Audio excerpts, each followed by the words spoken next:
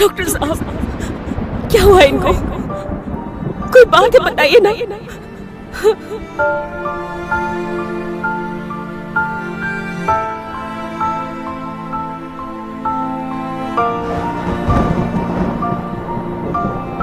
हे प्रभु, हे ईश्वर, हे भगवान, मैं इतने दिन से पूरे जीवन में तेरा व्रत रखती आ रही हूँ। हे प्रभु, इस समय मैं बहुत कष्ट में हूँ। आप आकर मेरे इन कष्टों को दूर करें भगवान।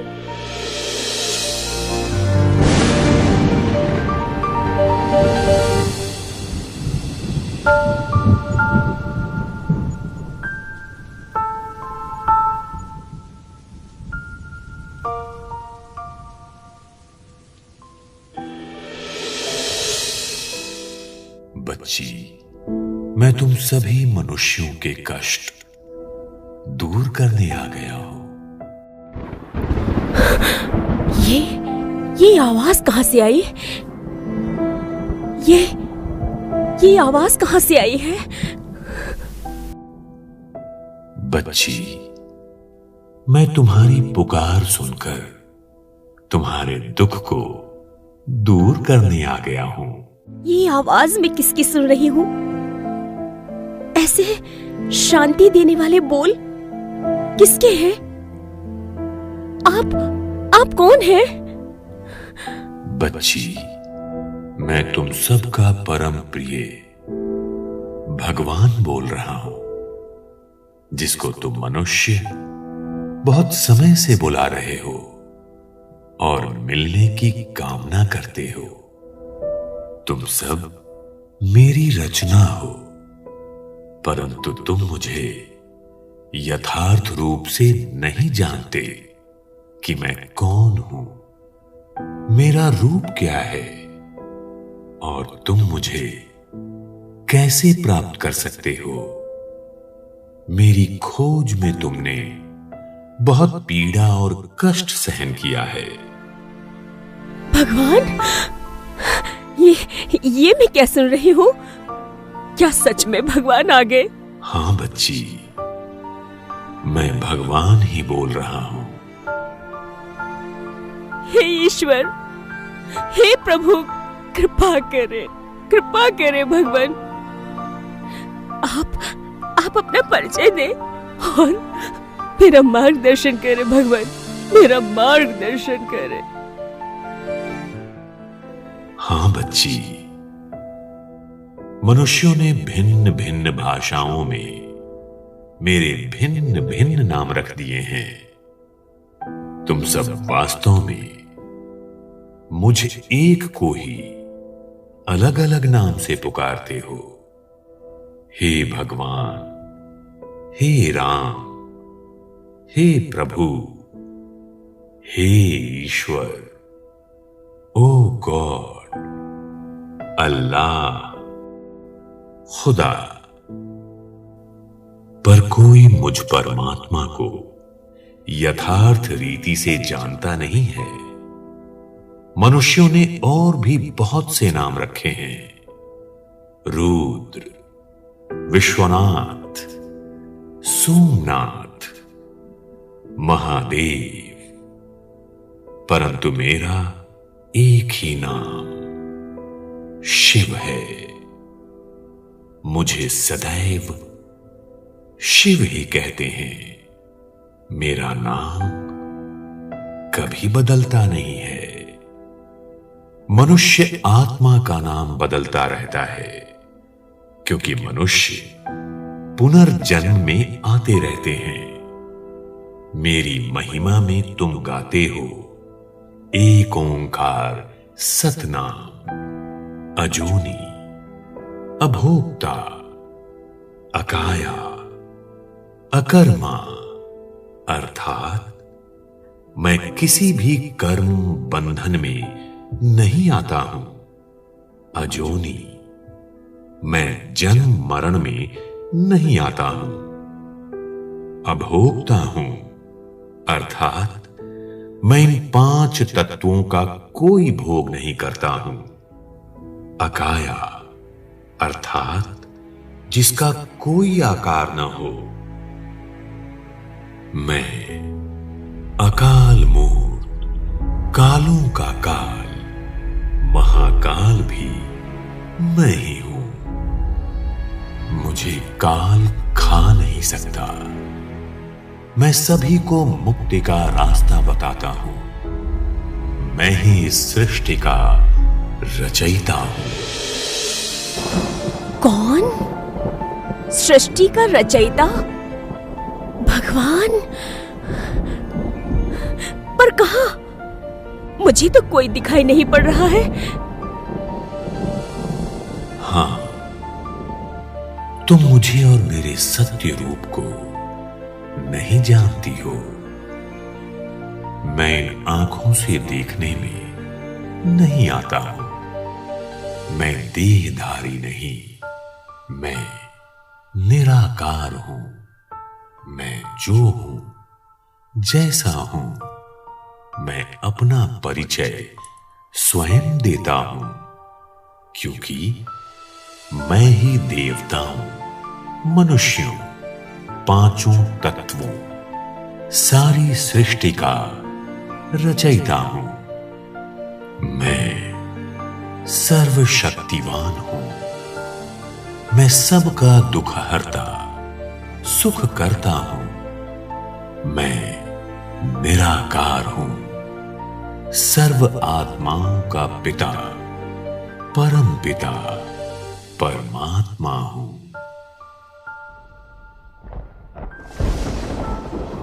आत्माओं का बाप?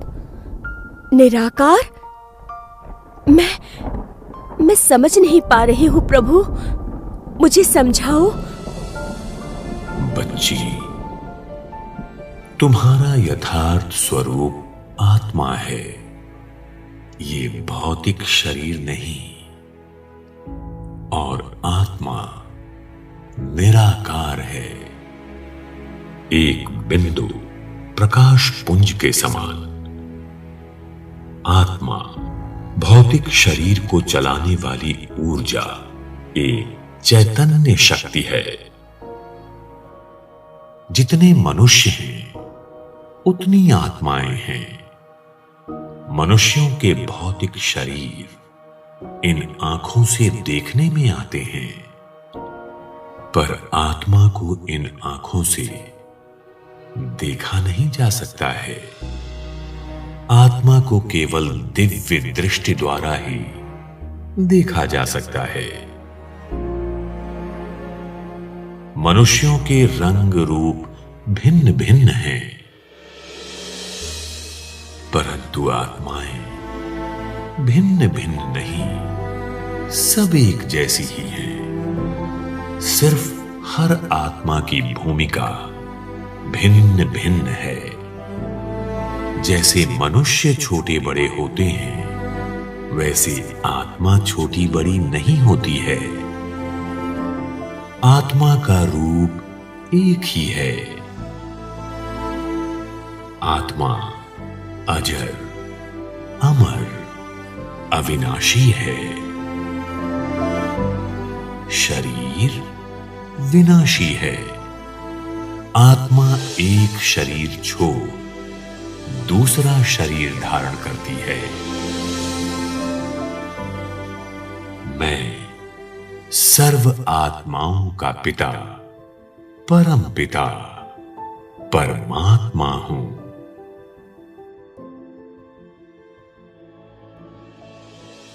आत्मा और परमात्मा का रूप एक जैसा ही है। जैसे आत्मा बिंदी, वैसे मैं परमात्मा भी बिंदु के समान अति सूक्ष्म प्रकाश पुंज निराकार हूं। तुम भक्ति में मेरी ज्योतिर्बिंदु रूप की यादगार शिवलिंग बनाकर पूजा करते हो। बच्ची, आप सभी मेरी ही संतान हो। आप मेरे ही घर से यहां आए हो। इस सूर्य और सितारों से दूर। ये फरिश्तों का सूक्ष्म लोक है। इससे भी दूर एक अन्य लोक है, जहां आत्माएं विदेही, क्रिया रहित, विचार रहित तथा शांत अवस्था में निवास करते हो। ये लोक मुझ परमात्मा और आप आत्माओं का लोक है, जिसे आप सब ब्रह्मलोक, परम धाम, निर्वाण धाम, शांति धाम आदि नामों से जानते आए हो। आप सभी आत्माएं पृथ्वी पर इसी लोक से गए हो। ये लोक आत्माओं का प्यारा घर है। ये पृथ्वी एक रंगमंच है, जहां आत्माएं देह रूपी वस्त्र को धारण कर अपनी अपनी भूमिकाएं निभाते रहते हैं। अब अपने आप को एक अविनाशी आत्मा समझ मुझ परम प्रिय परम पिता परमात्मा को इस घर में याद करो। परंतु लोग तो कहते हैं कि आत्मा ही तो परमात्मा है। नहीं मेरे बच्चे, यही तुम्हारी सबसे बड़ी भूल है। तुम सब आत्माएं तो मुझ परमात्मा की संतान हो। परमात्मा एक है, फिर तुम अपने आप को परमात्मा कैसे कहला सकते हो? शरीरधारी को भगवान नहीं कहा जाता, मनुष्य कहा जाता है। मनुष्य को भगवान मानने से ही तुम सब नासमझ बन गए हो। मैं तो पुनर्जन्म में नहीं आता हूं, बाकी तो सब मनुष्य आत्माएं जन्म मरण के चक्र में आने वाली हैं। आत्मा सो परमात्मा, ये कहना अज्ञानता की निशानी है।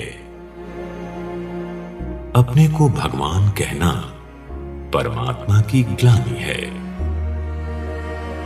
जब भी तुम मुझे याद करते हो तो तुम्हारी बुद्धि ऊपर चली जाती है। जब जब कलयुग के अंत में सृष्टि पर धर्म की अति ग्लानि हो जाती है, तो मैं अधर्म का विनाश कर सत धर्म की स्थापना करने इस धरा पर आता हूं। हे प्रभु, परंतु आप तो सर्वव्यापी हैं।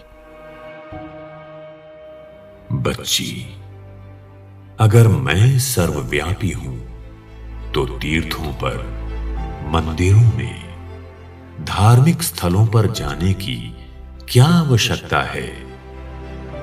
तुम सब यज्ञ, जप, तप आदि करते हो। समझते हो यही परमात्मा से मिलने का रास्ता है। अगर मैं सर्वव्यापी हूं तो मुझे पाने के लिए यज्ञ, जप, तप क्यों करते हो? मैं हरेक में नहीं, मेरी याद हरेक में व्याप्त है, क्योंकि मैं ही सब आत्माओं का पिता हूं। तुम सब कहते हो कि मैं कण कण में व्याप्त हूं। नहीं बच्चे, बच्चे, कण कण मेरी रचना है। अपने पिता को सर्वव्यापी कहना एक बहुत बड़ी भूल है। हे परमपिता, मैं आपको किस नाम से संबोधित कर सकती हूं? बच्ची, मुझे सभी प्यार से शिव बाबा कहकर बुलाते हैं। तुम बाबा कह सकती हो। बाबा? प्यारे बाबा, आपके कर्तव्य क्या हैं? यदा यदा हि धर्मस्य ग्लानिर्भवति भारत अभ्युत्थानं धर्मस्य तदात्मानं सृजाम्यहम्। मैं पतित सृष्टि को संपूर्ण पावन बनाता हूं। जब मनुष्य आत्माएं दुर्गति को प्राप्त हो जाती हैं, तब मैं आकर सद्गति कर मुक्ति और जीवन मुक्ति का मार्ग बताता हूं। मुझे भोला भंडारी शिव भी कहते हैं, अर्थात भंडारा भरपूर करने वाला। पवित्रता सुख शांति का भंडारा भरपूर करने में आता हूं।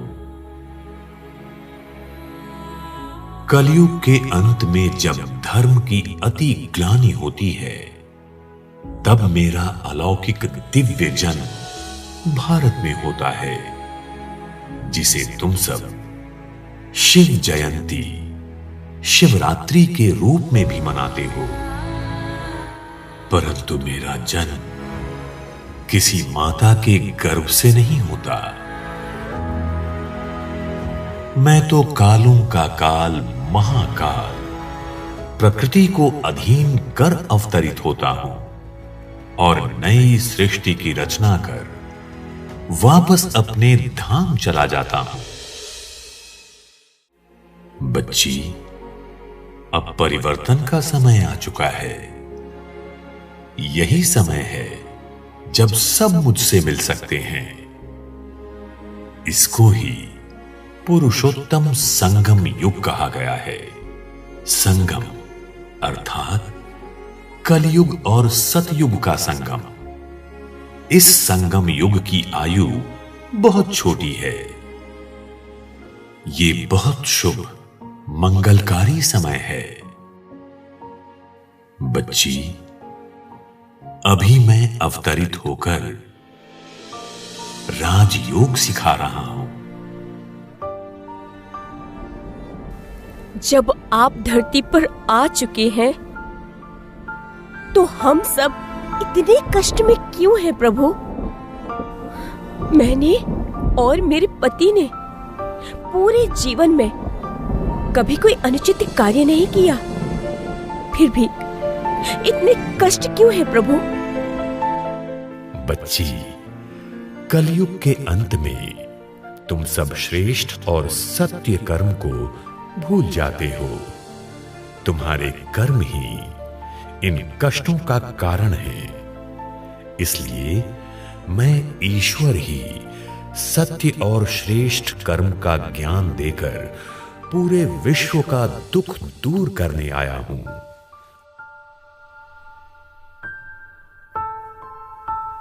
पर बाबा, इन कष्टों से छुटकारा कैसे पाऊं? हर मनुष्य अपने कर्मों के अनुसार ही सुख और दुख को प्राप्त करता है। कष्टों से मुक्त होने का एक ही साधन है, राजयोग। बाबा, ये राजयोग क्या है? बच्ची, मुझे याद करना ही राजयोग है। ये वही भारत का प्राचीन योग है जिसकी बहुत महिमा है। राजयोग से तुम्हारे जन्म जन्मांतर के पाप भस्म हो जाते हैं। अपने को बिंदु रूप आत्मा समझ मुझ ज्योतिर्बिंदु परमात्मा को याद करना ही राजयोग है। राजयोग का अर्थ है याद। बुद्धि से परमपिता परमात्मा को याद करना।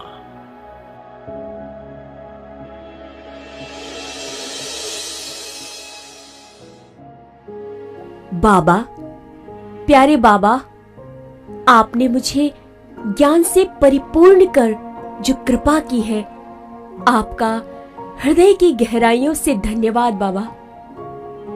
आपने मेरे जीवन की सभी दुविधाओं को दूर कर दिया बाबा। मैं नित्य अपने अविनाशी आत्मिक स्वरूप में स्थित होकर आपको याद कर अपना जीवन दिव्य बनाऊंगी बाबा। आपका बहुत बहुत आभार मेरे बाबा। अच्छा बच्ची, हम फिर मिलेंगे।